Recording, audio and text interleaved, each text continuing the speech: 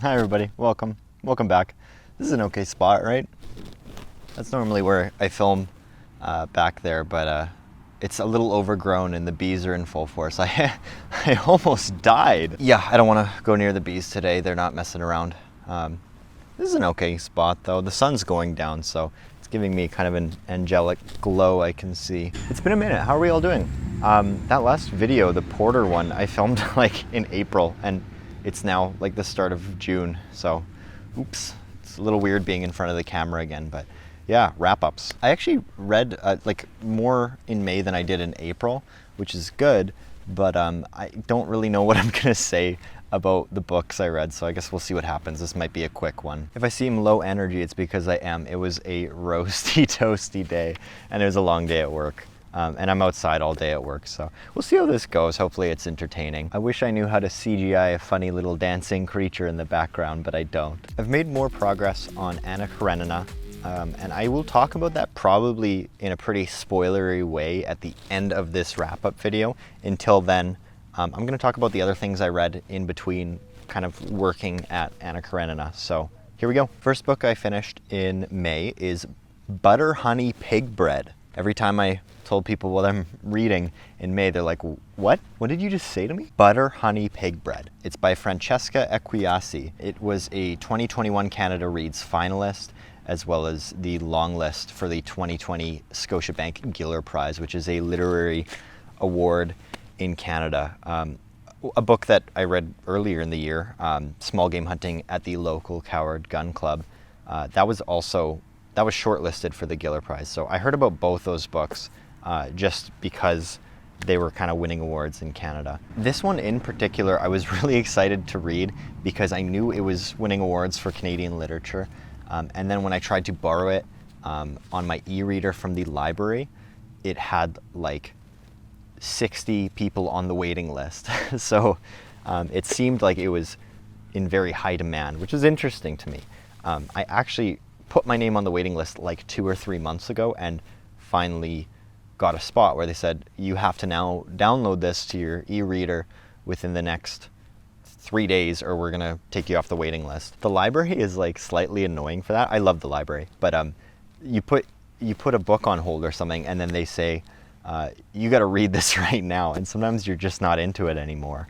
That happened with The Stranger by Albert Camus last month, and I mentioned in my last wrap-up that I didn't feel like I gave that book the attention it deserves because I was kind of obligated to read it. Butter Honey Pig Bread came up, I had to read it. I didn't really want to start it. I wanted to start it on my own time, and it won me over completely. So I was, is enraptured a good word? Yeah, it was immensely entertaining and engaging and emotional, and yeah, like I was feeling kind of salty about having to read it at all. Not that I have to, but I wasn't in the mood, and it won me over very, very quickly. I don't actually want to talk about it too much because I'm going to do a separate video where I talk about it more extensively, I guess, and kind of discuss some of the things I thought were interesting about it. But I do want to give a little summary for anyone who hears the name Butter Honey Pig Bread and they're curious what that's about. So the book's about a Nigerian family.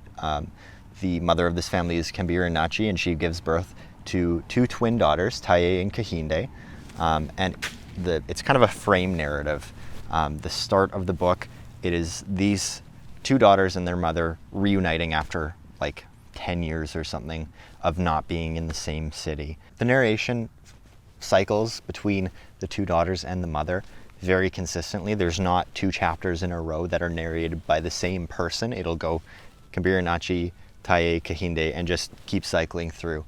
And each narration is equally engaging, I would say. They all have their own thoughts and motivations that kept me going through the whole book. I really don't want to spoil too much, but I'll say a couple things that you would be able to read on the back of the book cover too. One thing that's interesting is Kambira Nachi believes she is an Ogbanje. So the idea is that an Ogbanje is a spirit that is supposed to pass away in childhood. It embodies a human child, and it's supposed to pass away in childhood to provide the family grief. Kambira Nachi believes she's an Ogbanje, and instead of passing away in her childhood, she chose life and chose to become the mother to these 2 daughters. And she believes that refusing this duty as this Ogbanje spirit is going to cause more turmoil and, I guess, distress in the future. She believes she's going to pay some consequences for refusing her duty as this spirit.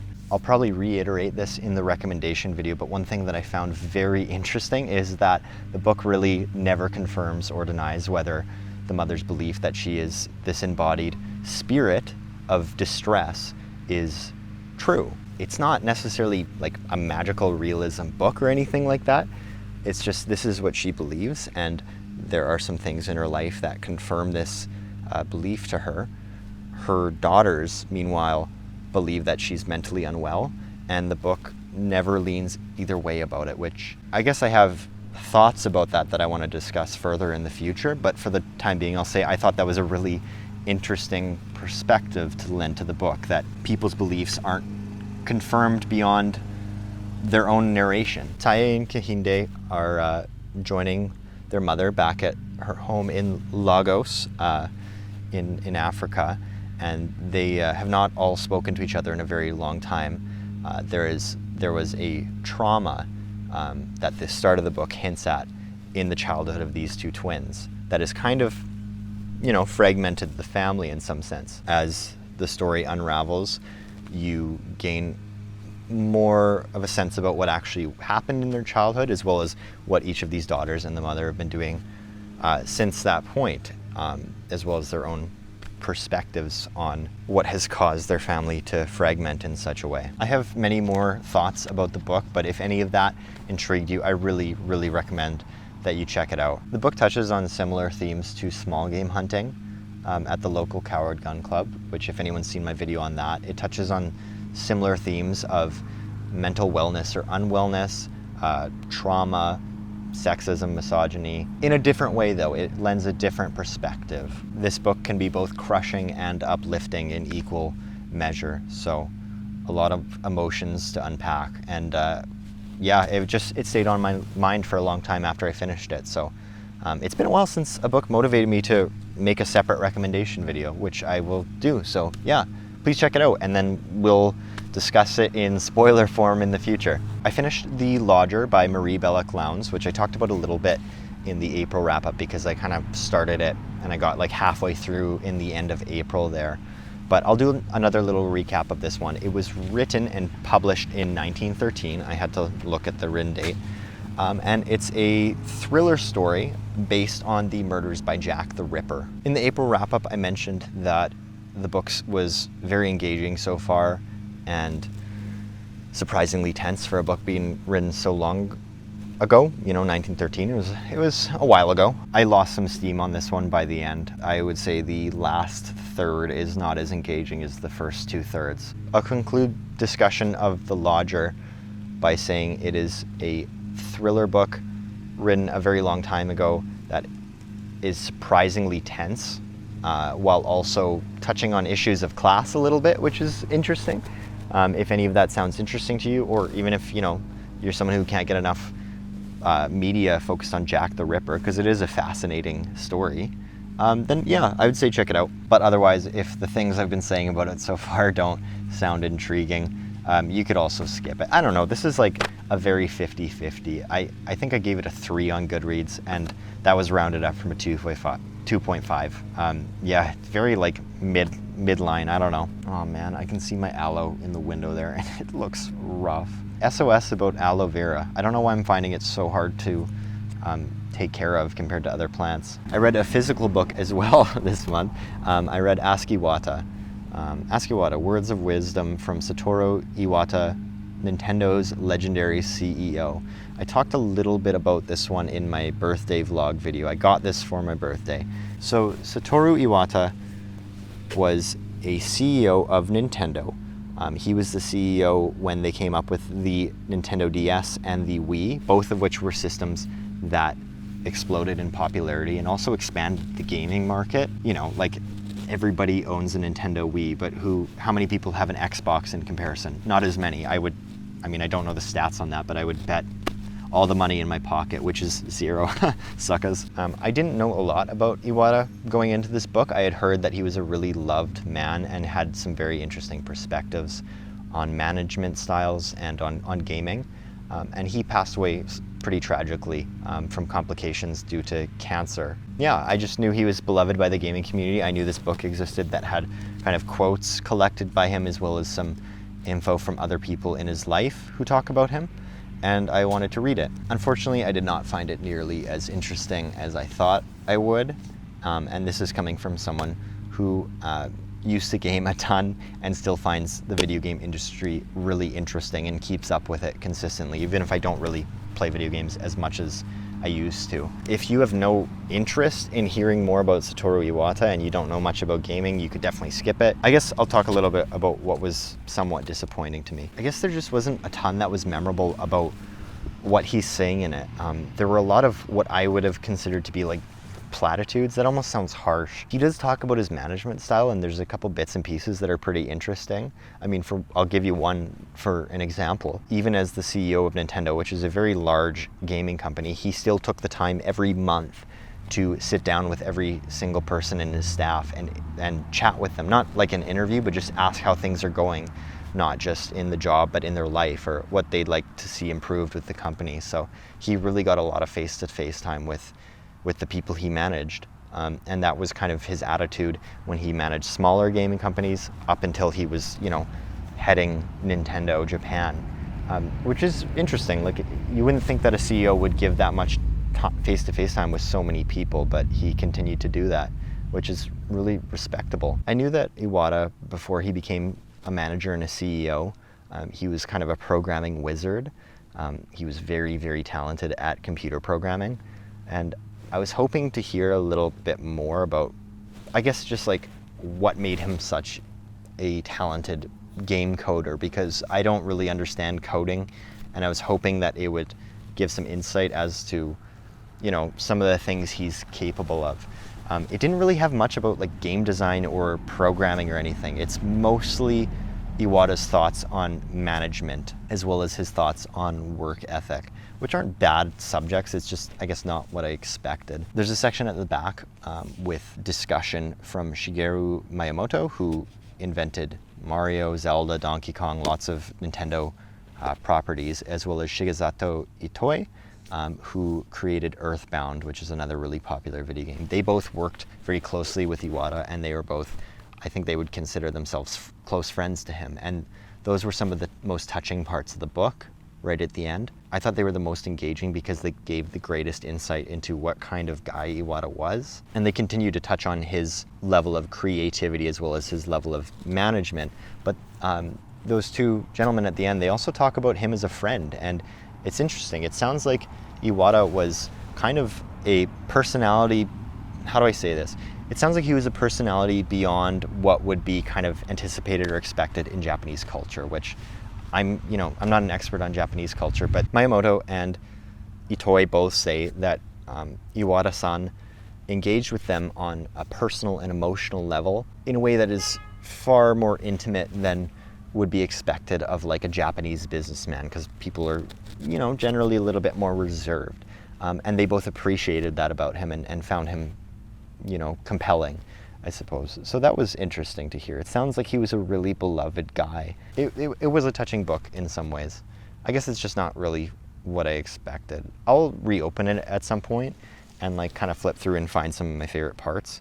But I don't know that I'd reread it in full anytime soon. This has been a kind of a weird wrap up so far. I mean, with both The Lodger and this book, it's kind of like, do I recommend it? I don't know. Look into it. Like, if you're on the fence, or like you look into either of these books and either of them sound kind of interesting, go for it. Like, they're both pretty short. So, and then Anna Karenina is the last thing I have to talk about, which what do I want to say? This section is going to be kind of spoilery. In the April wrap up, I talked about the first 3 parts of Anna Karenina. I'm now through 5 parts and I'm on part 6, I believe. This section of the wrap up's kind of reading vlog-ish. I can't really give a concrete recommendation just yet, but yeah, I'm enjoying it a lot. I mean, I can't see myself hating it in the last 300 pages. I'm consistently impressed by the level of psychological realism. Everybody makes interesting decisions and mistakes based on their own personality types, and it all seems very fully realized. I think I kind of touched on that in the April wrap-up. The scope of this book is beyond what I thought. I guess I knew it was about a love affair, and I thought it would just kind of be about like a forbidden love affair, which it is, but now it's at the point where the affair is known to the public, and it also touches on societal impressions of this in, you know, Russian society in the 1800s, but and it's a lot deeper than that. Like, the story spans like years and years, like a decade maybe. Well, it gets into so many interesting topics. I mean, how we perceive ourselves as well as how we perceive others, how society perceives you. It touches on the meaning of love and whether relationships are consistently grounded in a firm enough base, I suppose. Like, there's couples in the novel where it's very clear that, you know, they got married based on what was expected of them, and then there's also couples where they've established a partnership. Levin and Kitty in this book, they are married at this point. They're like a very equal partnership. I would assume in a way that was kind of unseen or unexpected, we'll say, in Russian society in the 1800s, because I mean, I don't know a ton about that society in particular, but Tolstoy seems to suggest that like marriages weren't an equal partnership, and Kitty is a very strong female character, and Levin wants that and appreciates that out of a partner. It's an equal dyad. I don't know if that's the right word, and the book does a really interesting, amazing job of making you sympathize for characters who you then grow to hate, and vice versa. There are people in the start of the book that I thought were just the worst. I'll give an example. Alexei Alexandrovich, what a name. He is the husband of Anna Karenina, who is being cheated on.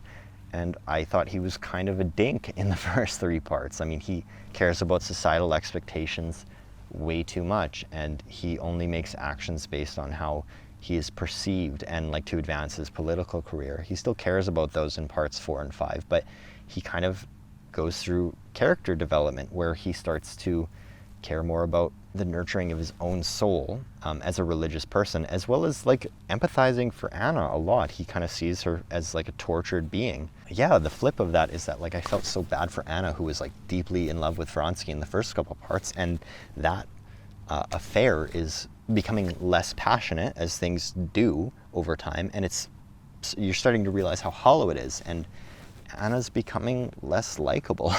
That's kind of all I can say about it now. Like, but it's just a book that covers a lot of topics and like jumps between topics, but it doesn't get confusing. Yeah, I really love this book so far. I guess that's the conclusion. Those are all the books I read in May. I am intending to finish Anna Karenina in June, as well as I have other books I intend to read soon. Honestly, I would love to hear what everybody would like to see from this channel. The thing that's keeping me going with this channel, to be honest, is like the engagement from people. When I see comments, either discussing what I said, or like recommending things to read, or like thanking me, like that's so awesome. I'd probably still be making videos if I was just shouting into the void and nobody was engaging, because it is somewhat therapeutic to just talk to a screen, weirdly enough, from time to time. But yeah, it's really motivating to see that people are actually watching this channel and like engaging with it. I never would have expected the level of engagement I'm already at. Like, BookTube is just such an awesome community. So please comment and let me know what you'd like to see in the future. If you have books to recommend, I do add them to my my list on Goodreads. I've gotten a lot of interesting recommendations already. So yeah, I'm excited about reading and about this channel going forward. I hope you all have a really good day, the rest of your day here. Here's to June. Time's flying, man. Thanks very much for watching. I don't know what else to say, so I guess we'll leave it at that. Take care, everybody. Thank you.